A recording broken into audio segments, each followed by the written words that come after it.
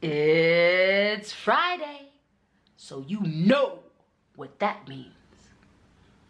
Fat Girl Friday, Fat Girl Friday, Fat Girl Friday, Fat Girl Friday, Fat Girl Friday, Fat Girl Friday, Fat Girl Friday, Fat Girl Friday, Fat Girl Friday, Fat Girl. So what's up? What's up, everybody? It's your favorite hood witch. It's your favorite hood priestess. It's your favorite motivational dominatrix. It's your favorite auntie, captain, goddess, king, LadySpeech in the place to be. And I want to welcome you back to this channel. You could be anywhere in the world. As a matter of fact, you are somewhere in the world, and you're also sharing a little bit of time and space with me, and I appreciate that. Thank you for your support. If you're feeling this, and if you're feeling me, if you like what I'm doing, if you like what you see, make sure you hit that like button. Make sure you hit that subscribe button. And make sure you hit that notifications bell so you can keep up with all these here shenanigans. Okay? Okay, let's get into it. It's Friday. Happy Friday. Good morning, good day, good afternoon, good whatever time of the Friday you happen to be hitting this video, or whatever time of the day, whatever time of the week, whatever. It's Friday for me. It could be Monday for you. But whenever you are encountering this video, I hope it's a good day for you. I hope it's an absolutely good day for you. It is the morning time, and I just got up. In full transparency, it was a rough morning. It was a rough morning. It took me a little bit to get out of bed this morning. Yeah, so it was a rough morning, but it's gonna be okay. I cried, I took my time, and then the universe just sent me a bunch of affirmation and confirmation that everything is gonna be okay. So it was definitely some glitches. I'm definitely still under attack on in the digital space. And yeah, it's just a lot, but I am surrounded by people who support me. I am surrounded by so many blessings, and everything is gonna work out. So I'm just gonna weather this storm. And you know, some days you have good days, you have good moments, and some days you have bad days and you have bad moments. So this morning was a little bit a glitch in my system. However, I cried. I'm drinking my waters and my teas.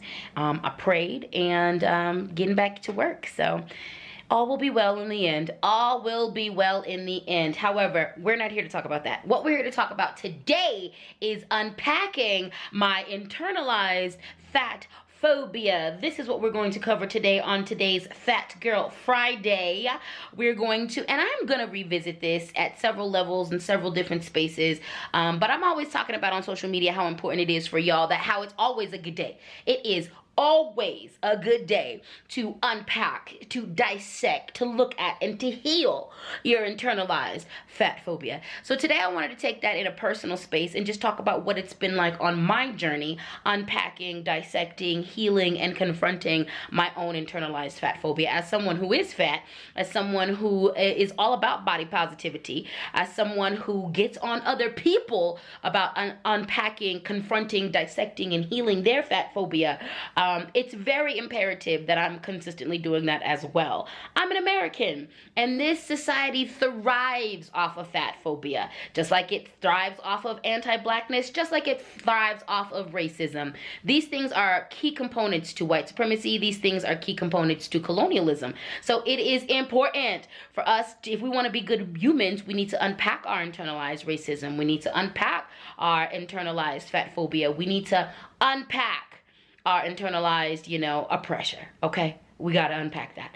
So today I just wanna, take you on a little vlog style journey and talk to you about what that's been like for me. Like I said, I'm gonna probably cover this again on this channel from different angles and talk about different aspects of it. But today we're really gonna focus on my intro into fat phobia. Yeah, we're gonna we're gonna talk about just my intro into fat phobia, what kind of got me here, and what it's been like unpacking that, and whatever comes up else in this video. So I'm looking pretty busted right now. I just got done with my morning routine, thank God. I took it very slow this morning, like I said, because it was a rough morning. And so now it's time for me to just continue on in my day. I am going to be meeting up with a friend. Of course, we're going to be, we're gonna mind social distancing and all that good stuff. We're gonna be very, very safe, but we're going to take a walk together and just catch up on some things. So, and I also, this is Friday, so this is one of the days where I make some offerings and do some candle work or even just some work for and around a specific spirit and deity that I work with. So we're gonna go to the store today and pick up their offerings. I'm gonna go and see my friend and all that good stuff. But for now, I'm going to stop looking so busted. Let me get into the shower, okay? Let me get into this shower. Let me pull it together, and then we're gonna take a deep dive into this video, okay? Are you ready? Cause I'm ready. Let's go. What's up, everybody? So I am on my way out. It is time to get on up out of here. I'm on my way to take a walk with a friend, do a little bit of a catch up, you know, connect face to face, socially distant, of course, making sure we are safe and adhering to all the protocols.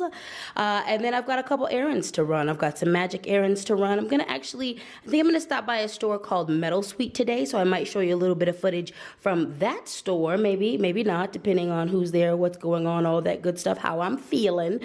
But I might be stopping by at a couple of magic stores to pick up a couple of supplies, and then I'm going to be going to the store to grab some offerings. So we're going to be doing that today, and this is a simple outfit of the day today. I really needed to focus on comfort. I really wanted to be cute, but also I was like, let's be comfortable today. You know what I'm saying? Sometimes you got to stunt on them, and sometimes you got to be comfortable on them, okay? So we're just rocking these zebra print Adidas, you know what I'm saying? I've got some black jeggings on in the house.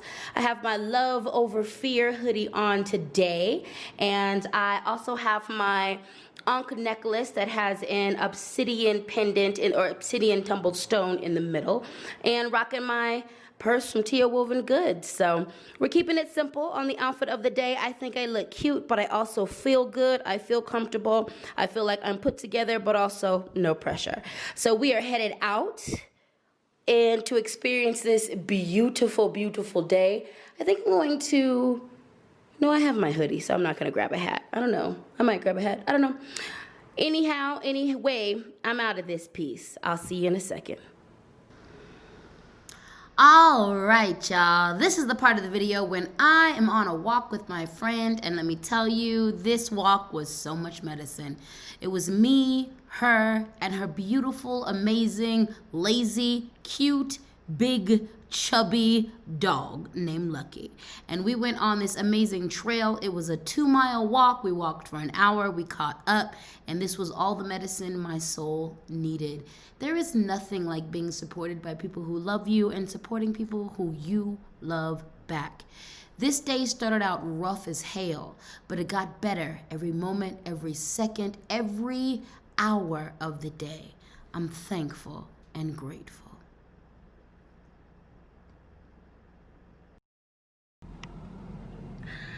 What's up, everybody? So I am currently in Morrison, Colorado. I just got done taking a really beautiful 2-mile walk, mini small little hike, 2-mile walk with a friend of mine, and it was, I tell you, it was all the medicine I needed. You know, ain't nothing like good conversation, a long good cry. I didn't cry with my friend. I actually ended up crying on the way to my friend. A couple of songs came on my playlist, thank you universe, that really put me in my feelings, but in a good way. Like, it really put me into you know, just, you know, healing, and it like they touched me. So I had a really good cry, you know, beforehand. I had a really good cry on the way there, and then I got to see my friend's daughter, my friend's mother, her puppy. So it was just good medicine all around.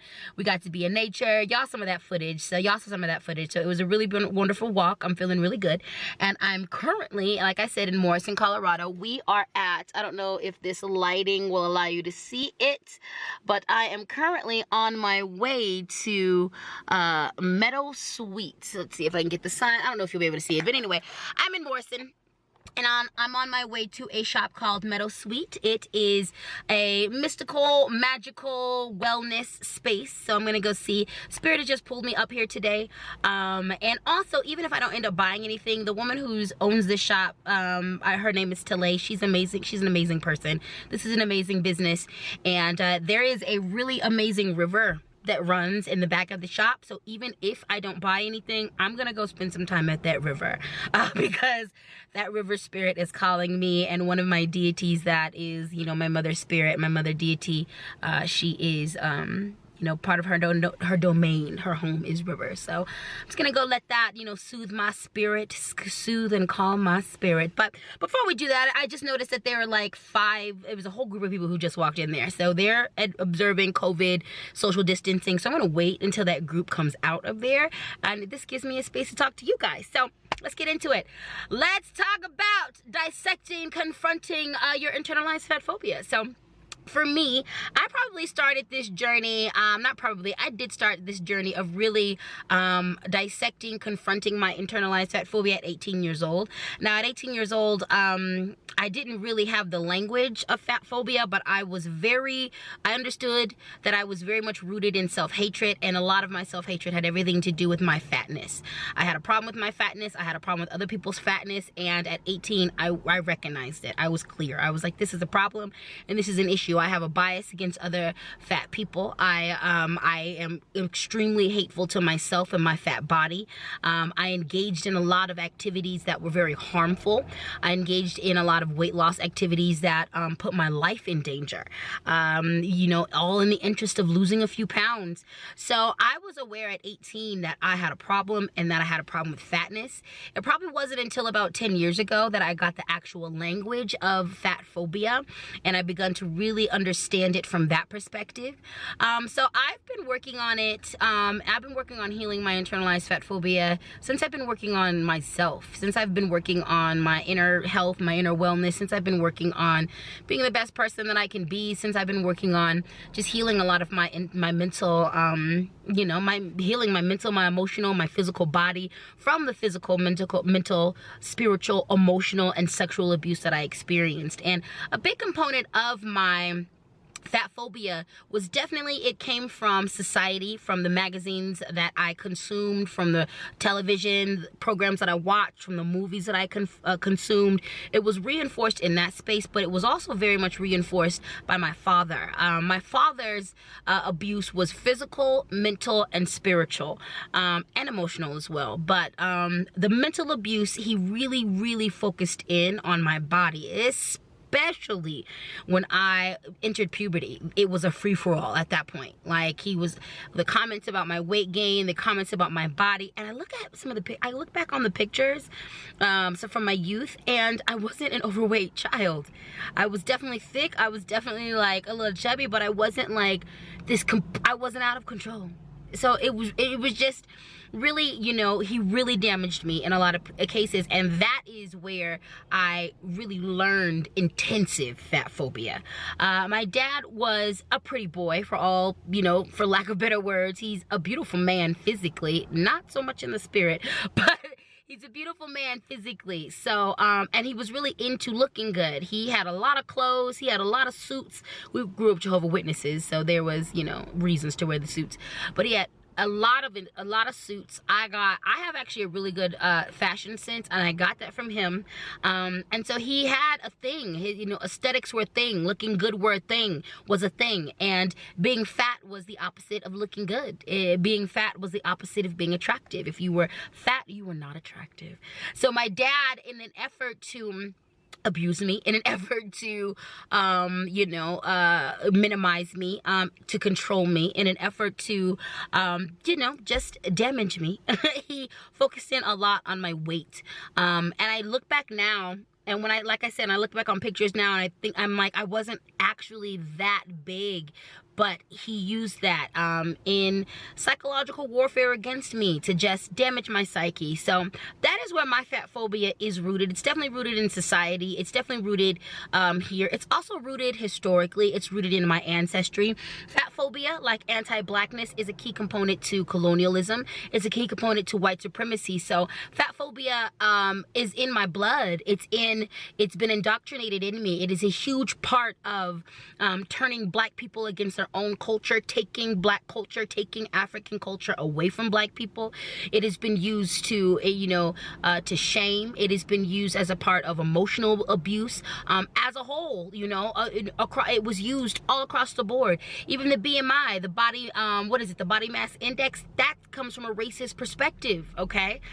So my fat phobia is very much rooted in my upbringing. It's very much rooted in my abuse. It's very much rooted in the things that I consumed as a child and the things that I am still influenced by. And it very much, then once I got a hold of my own self-hatred, I perpetuated fat phobia within me quite often in my teens and early 20s. And also late teens, about 18, early 20s was when I began to recognize that there was a problem with it and that I probably needed to work around it. And I began taking small steps in order to do so. So one of the things I would say that will be helpful in unpacking, confronting, dissecting, or two things actually, your internalized fat phobia is, number one, recognize that you got it. Okay, everybody is raised to be fatphobic. Everybody is fatphobic in some way, shape, or form. Even if you're fat, just like black people can be indoctrinated to be and taught to be anti-black, fat people too are fatphobic as well. We can be fatphobic as well.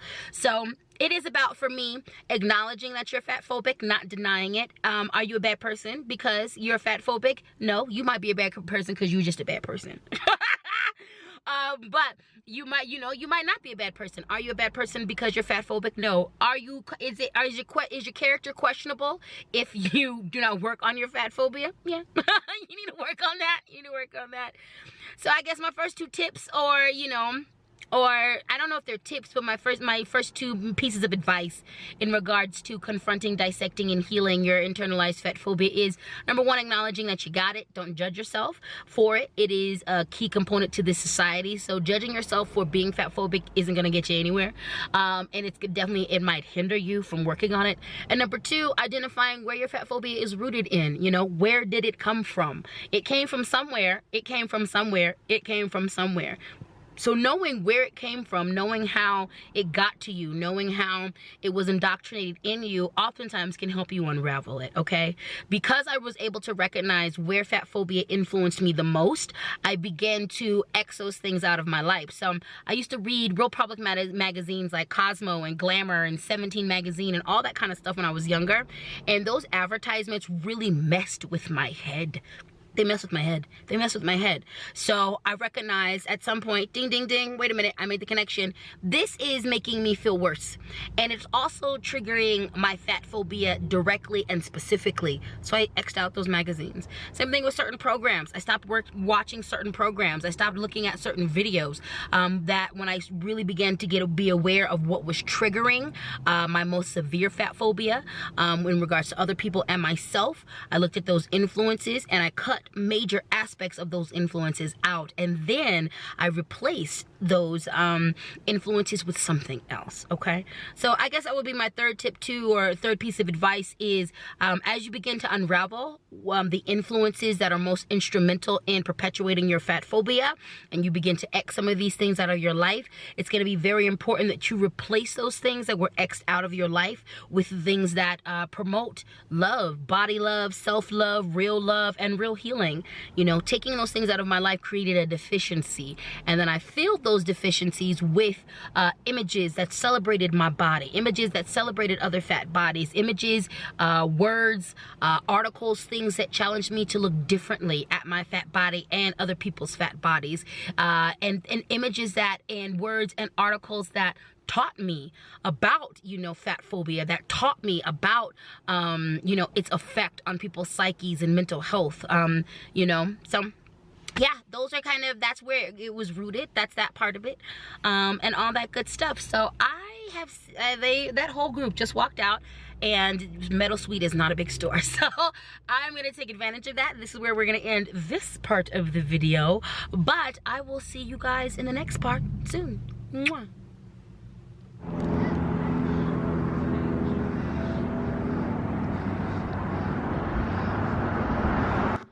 All right, y'all. Welcome to Meadow Sweet Gifts and Wellness. I absolutely adore this store. If you ever find yourself in Morrison, Colorado, get yourself here. From plants to books to hats paths to gifts. Women Who Runs with Wolves, by the way, is one of my favorite books. I almost walked away with one of these plants, but I paced myself. They've got everything you need. They've got flying wish paper. They've got cocoa butter. They have got lemon balm, and they have got elixirs for the skin. They have got ritual candles. They've got herbs, fresh herbs. This is one of the places in Colorado that has some of the best and freshest herbs. This is a small store, but they pack a big punch. They've got every tea you could want and imagine, okay? And all the stickers, the coolest stickers.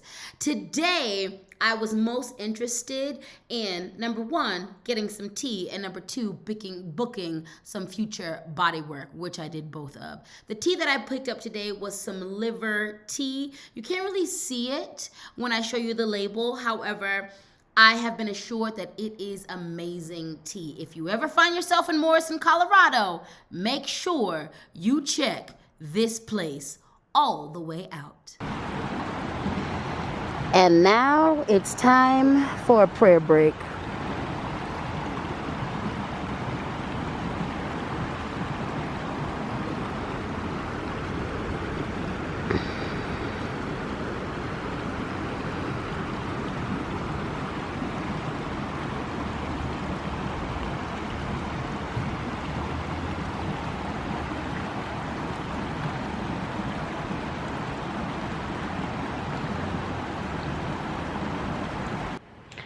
What's up, everybody? I'm back home, and it has been a most amazing day. This day started out very emotional and disappointing and heartbreaking, and then it quickly turned into such a healing and restorative day. The medicine of good friends and good conversation and long walks. The medicine of nature. The medicine of processing. The medicine of village and being taken care of by those you love and those who love you back. The medicine of deep introspection and the medicine of the river was most restorative to me today. And you know what? I want to end this video speaking about the benefits of dissecting and confronting and healing my internalized fatphobia. Like I said, I'm going to cover this subject a couple times, more than a few times on this channel as we progress and grow. And I'm going to cover this subject from many different perspectives, from a lot of different perspectives. So I don't feel the need to drag this video on, but what I do want to say, what I do want to make mention of, what I do want to spotlight is the continuous confronting of my internalized fatphobia has allowed me to love myself in ways that I couldn't even fathom when I was 13, 14, 15, 16, 17. The act of confronting my internalized fatphobia not only helps me be a good person to other fat people, but it helps me be the best person to myself. The more intensely I attack my fatphobia, the more intensely I dismantle, the more intensely I look at, dissect, confront my fatphobia, it allows me and it makes room for me to love myself that much more. Confronting my internalized fatphobia absolutely heals me. It absolutely helps me love myself. It absolutely helps me to love not only other fat bodies, no matter their size, if they're big fats, if they're small fats, if they're in between fats, it doesn't matter. It doesn't matter. It also helps me to love like skinny folks, medium-sized folks, thick folks. It allows me to love and appreciate and see everyone and value everyone. Confronting my internalized fatphobia has allowed me to love myself in ways that are expansive and cosmic, divine and beautiful. And confronting, dissecting, healing, acknowledging my internalized and indoctrinated fatphobia has helped me be a better person to my fellow humans, but it has also helped me to heal so much ancestral strife, pain, and trauma. This ain't easy, but it's worth it. It's not easy, but it's worth it. It ain't easy, but it's worth it. So I want to thank you so very much for tuning in. Thank you for looking, listening, participating in this video. If you're feeling this, if you're feeling me, if you like what I'm doing, if you like what you see, make sure you hit the like button, make sure you hit that subscribe button, and make sure you hit the notifications bell so you can keep up with everything that I'm doing. And with that being said, I love you. Thank you. And have a most amazing day, evening, night, afternoon, brunch, whenever you are encountering this video. I hope the rest of your weeks, months, days after this are blissful and divine. I'll see y'all on the next video. Mwah! Peace.